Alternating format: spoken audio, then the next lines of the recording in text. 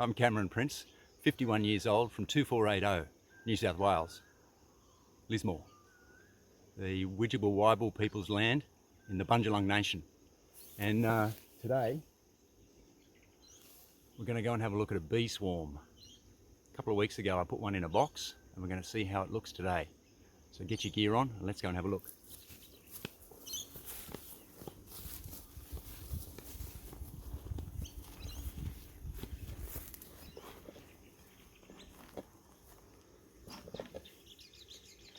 So this is the swarm.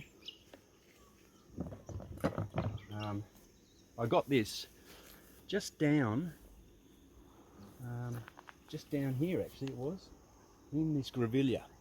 And I snipped off the branch and shook it into a bucket and put it in the box here. This is a Langstroth hive, it's an old-fashioned hive. And there was no frames in it or anything. So today's the first time we get to have a look and see what bees do in 3 weeks. They've been busy, you can see here. I've restricted their access by this little sliding gate here. It allows them to be a little bit protected in there and not so open to predation. They're looking a little bit feisty. I put a bit of smoke in there. Calms them down, believe it or not. Put a bit of smoke in there, and I'm hoping when I take the lid off, they won't be too cranky. You never stand in front of the hive, you always stand to the side, allow the bees access in and out. And if you're going to check your hives, do it in the morning when they've all gone out to the flowers, and there'll be less problems. I don't know if you can hear it, but they sound pretty active at the moment, so I'm going to put a mask on and some gloves on just to make sure I don't get stung.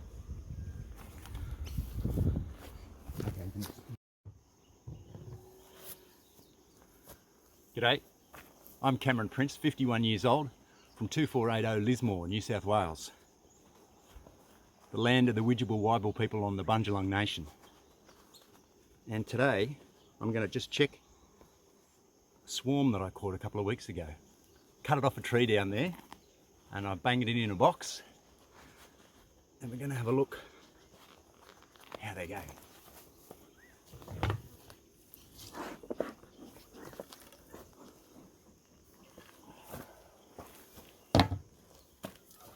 This little strap stops the hive from falling over if it gets knocked.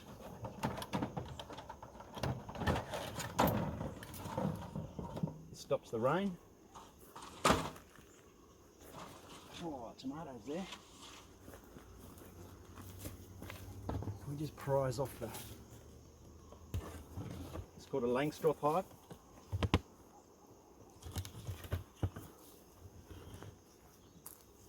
And because this is a swarm, there'll be an irregular pattern to the distribution of the wax, the comb, and the bees have just been left to themselves. I've got frames in there you might be able to see.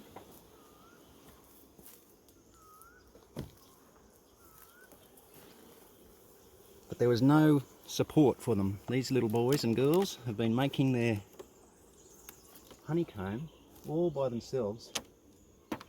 Whoa, look, it's chocolate blocks in there. All by themselves over the last couple of weeks. Now we give them a squirt of the smoke. That calms them down. I know it sounds like they're getting a bit upset, but these guys have never been harassed. So unlike the hive next door, they're very, very compliant and they're used to a bit of talk in the mornings. These guys have never heard me before. Morning. So they'll be a bit reluctant. So I've got my gear on, just in case. Gently seesaw the frames up. Try not to disturb too much of the... OMG. 3 weeks. 3 weeks and the frames are full. These are only half frames, but that is incredible. So we're going to have a dinner party. So what I'm going to do is I'm going to pinch this. Sorry ladies. I'll remove the bees. And I'm going to take some honeycomb for our dinner party.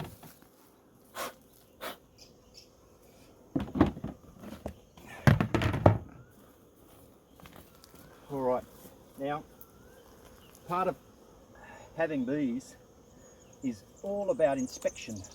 You're really observing what your colony's doing on a regular basis, twice a month. So what you want to do, this top box here just contains the honey. There's no brood in here. There's no little babies. I've got a little layer normally separating the babies from the queen. Now with this one, because I just dumped it all in here, I've got them all together. So there'll be a bit of a mishmash. What I'm going to do is I'll put down the honey box over to the side, very heavy, probably about 10-15 kilos there. And then I'm going to look deep in here, give it a bit of a clean up and see if I can spot the queen. So when you're cleaning up, especially if you've never talked to them before, sorry ladies, you give them a bit of, give them a bit of smoke, and that stops them focusing on me and makes them look after themselves. You'll find the bees will leave you alone if you give them a squirt of smoke. Gonna brush off a few, and I'm gonna trim this honeycomb off the top, and I'm gonna leave it at the front of the hive so the bees can pick it up. After I've trimmed a bit of the honeycomb, there's lots and lots of honey in this hive. It's only been a few weeks. And I'm going to take out one frame at a time. It's all right, don't panic, you don't have to watch the whole thing. One frame at a time, and I'm going to look for a pattern. Now this is a larger frame, and it's almost full with honey. I don't know if you can see it here. The honey caps are beautiful white. And in the corner, you can see there's a little bit of pupae. The difference between the honey and the larvae are the caps. So this frame has got babies and honey in it. Perfect combo. Now the closer you get to the middle of the hive, the pattern should change. When we get to the middle of the hive, we should have a pattern like the Harbour Bridge in Sydney.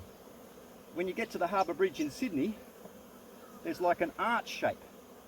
So it should be a combination of brood, we call a little larvae brood, and there should be a little tiny bit of honey at the top in an established hive. Because this is a brand new hive, it might not appear that pattern. Now, I'm going to have a bit of trouble getting this out because there was no foundation on this frame when I put it in 3 weeks ago. Yeah, look, it's all stuck together. So I'll see if I can get another one of these out and see if we can see that pattern on the...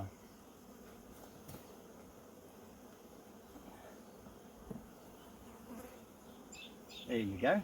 Ooh, now that's a great example. A little bit renegade here. This is open capped honey. There's nectar in there that hasn't been secured by the bees, but there's also, look down here, there's loads and loads of brood. On each side of the frame, you'll see a distribution of healthy brood and honey. Now this honey feeds the brood. It's like a little takeaway shop for the bees. Down here, this is the kind of thing we want to tidy up right now. We want to get rid of all this extra honeycomb so that that keeps them nice and tidy. Now out of one of these cells comes a bee. Isn't that amazing? All right, these ladies are getting a bit sick of me right now. I'm going to put the top on and put it all back together. And when you put it back together, you want to slide it on just gently because you don't want to hurt any of the bees. Brush them off. Sorry girls, come on. Here we go. Brush them off. Slide on the top. All right. Line it up. Put the top on.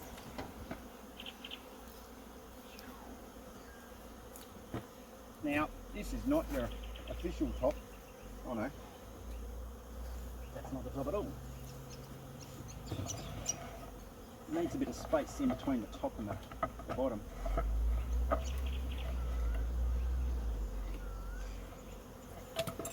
There we go. So I just made this out of a few bits of wood left over from the house. That top is a bit dodgy, but it'll still do the job. And all that honey that's left over on the top here, that'll all get eaten up by the bees. So if we come back this afternoon, you'll see that's all cleaned up, because these guys are busy little workers. Strap that down, and away we go. Oh, what a great place, hey? 2480 Lismore. Righto.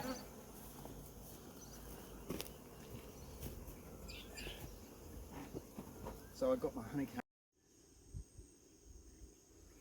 Hi, my name's Cameron Prince.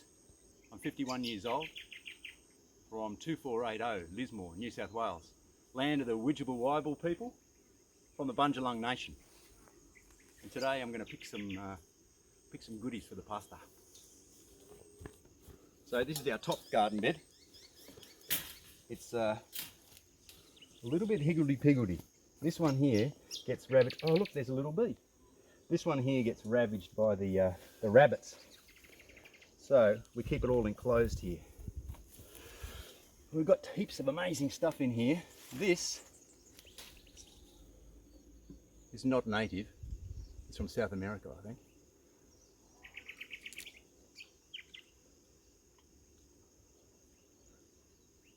Kind of like a spinach, but doesn't mind the heat. Here it gets pretty hot. There's a little tiny bit of ginger poking up there. We've got some sage. I'm going to burn some butter, and I'm going to put these sage leaves in the butter. I'm just taking the tips. There's a bit of basil there. I'm going to leave that for another day. This coriander is kind of at the tail end. We've got some parsley, and it looks like there's a few chili plants coming up. I'm just going to take some parsley. There's a tiny bit of dill there. Little tiny garden patch with a bit of rocket or arugula, and a little bit of parsley and a little bit of basil can be just enough, just what you need to lift the beautiful stuff you make in the kitchen to another level. Oh look at those bees. All right. Done.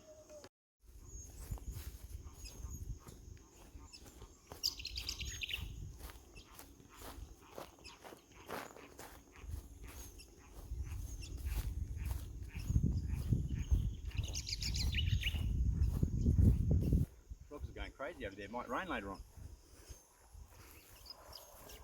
Did you see I put some rocks in the... Oh, that's a good idea. Is that for the bees? Yeah, hopefully they'll land on there, they'll have a drink and they won't drown. G'day, I'm Cameron Prince, 51 years old, from 2480 Lismore, New South Wales. Land of the Widjabul people on Bundjalung Nation, and we're at my place. So we're going to take a look at the back bed. The back garden beds is where, you know, we can get some more stuff grown. Down here we've got some chickens over there. The fence is because of the sheep. We've got a couple of sheep that keep the grass down. I was just saying to Maya that I put the rocks in the sheep water so the bees don't drown. The bees can have a little drink and they can get back up on the rock and then they dry off and fly away. It's a pretty good idea. All right. Oh, before we go to get some veggies, let's check these bees.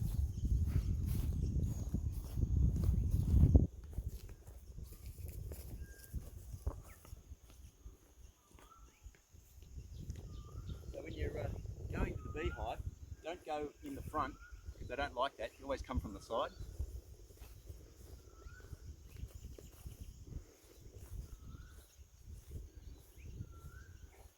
So we'll just open up and see if these bees have been busy. Oh my goodness. Look at that. full to the brim, full of goodness.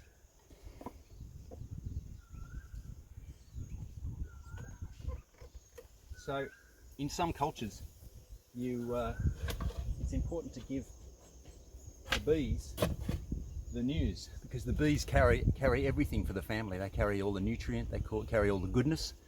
And we recently had a loss in the family, and this is the first time I've been able to get to the bees since we had the bad news, and I just want to let them know.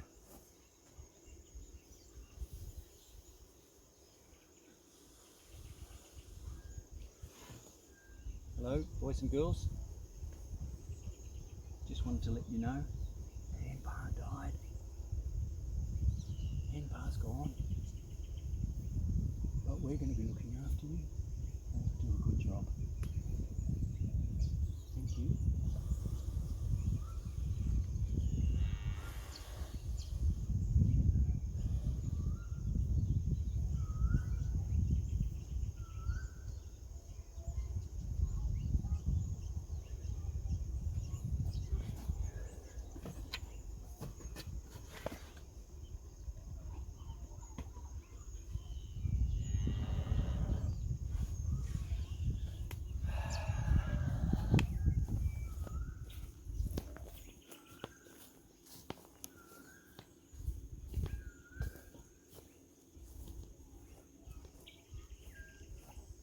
So this is one of our beds here.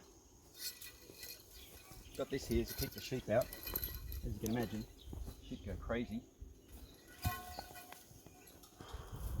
So, oh my God. Look at the size of that. Now, since I've been away, Maya has been very, very busy in the garden. Look at the size of this. Now, that's no longer called a zucchini. I think, is that a courgette? No, it's like a, what do they get called when they're that sort of shape? I think that's, I don't know, we have to look that up in one of the medical magazines. So, we've got lots of stuff in this little garden. I'm going to take that, Maisie. I know it's your pride and joy at the moment, but I just need a couple of these for a meal we're going to have. I'm going to take the larger one, and I'll save that one for later on. Now, if Omar was here, he would love that. He loves to fill the light green zucchini with Middle Eastern treats. I'll save that one for Omar when he comes up later on. Righto. Now, we've got eggplant. We're looking for an eggplant that we can... Oh, that looks beautiful. It's got to be firm, but not hard. And that colour, gorgeous. We've got silver beet beans. Oh, these beans look amazing. It's amazing. You can basically spit a seed out in the ground here. 2480 is the postcode. You chuck the seed on the ground and bang, up it comes. It does get hot here though in the summer, so you've got to have some shade. We've got this poinciana, but I don't know if it's going to be enough. Coriander seed. That's almost ready to take out. Look at that basil. That is great. More eggplant on the way. Oh look, the bees are loving that too. Oh look, we've got some more sage ready to go. I can use that on Wednesday. Alright, rhubarb. There's still a cauliflower. This, can you believe at this time of year, there's a cauliflower in the ground in Lismore, 2480. Look at that. I mean, you couldn't even get one of them down south. Anyway, broccoli, sort of leftovers, not really doing much. Loads and loads of little tiny spring onions. Oh, and that parsley work too. Wow, been busy in the garden. We're going to check out another one.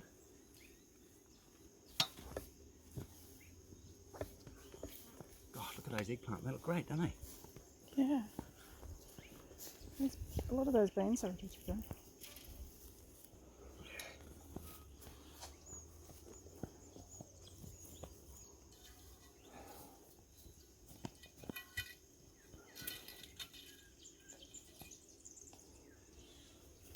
So, should I go in there? Mhm. I'm still recording. Looking. Oh, look.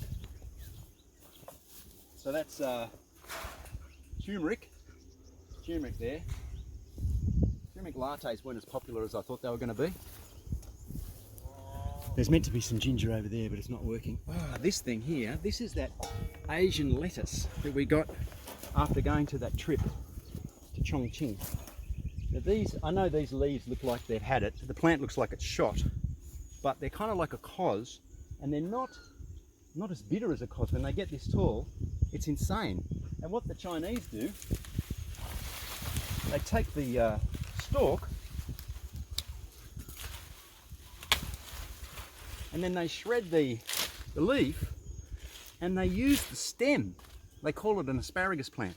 They use the stem, and all you do is you shave the side of the stem off when you're ready to go.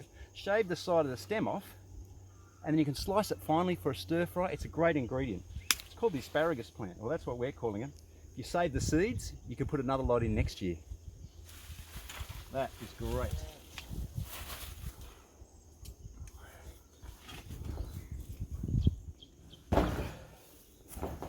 I might just keep this out here because it's going to get a bit overflowed now.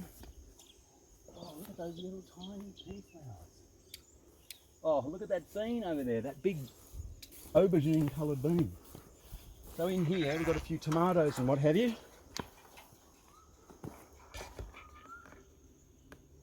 They're coming along all right. Let's get some morning shade, which is kind of not really what it wants. You really want morning sun and afternoon shade, but there you go. Now this broccoli plant's providing a bit of structure for those beans. But gosh, look at that kale. That is gorgeous, isn't it? Stick that in a juice. So, just trying to weed out a bit of that. Oh, look at that. Unbelievable. That is a bean. Didn't even make it in the pot. So we can put stuff in the ground most of the year round, just to supplement the stuff we do in the kitchen. By no means do we get enough, but it's a great place to be.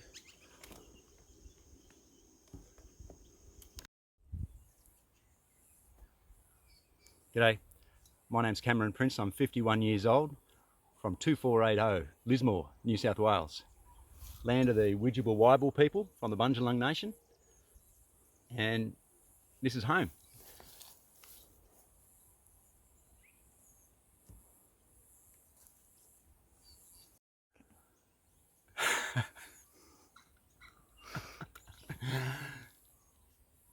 G'day, I'm Cameron Prince.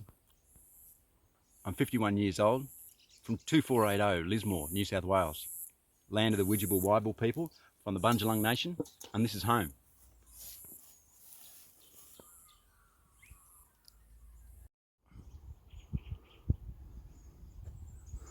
G'day, I'm Cameron Prince. I'm 51 years old, from Lismore, 2480 New South Wales.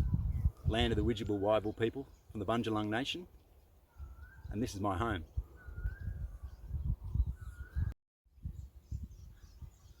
G'day, my name's Cameron Prince. I'm 51 years old, from Lismore, 2480 New South Wales.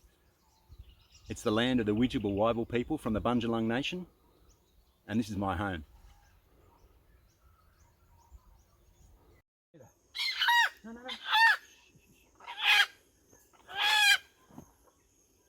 G'day, I'm Cameron Prince. I'm 51 years old. I'm from Lismore, 2480 New South Wales. Land of the Widjabul Waibul people from the Bundjalung Nation. And this is my home. Oh. Sorry. Thank you, ladies.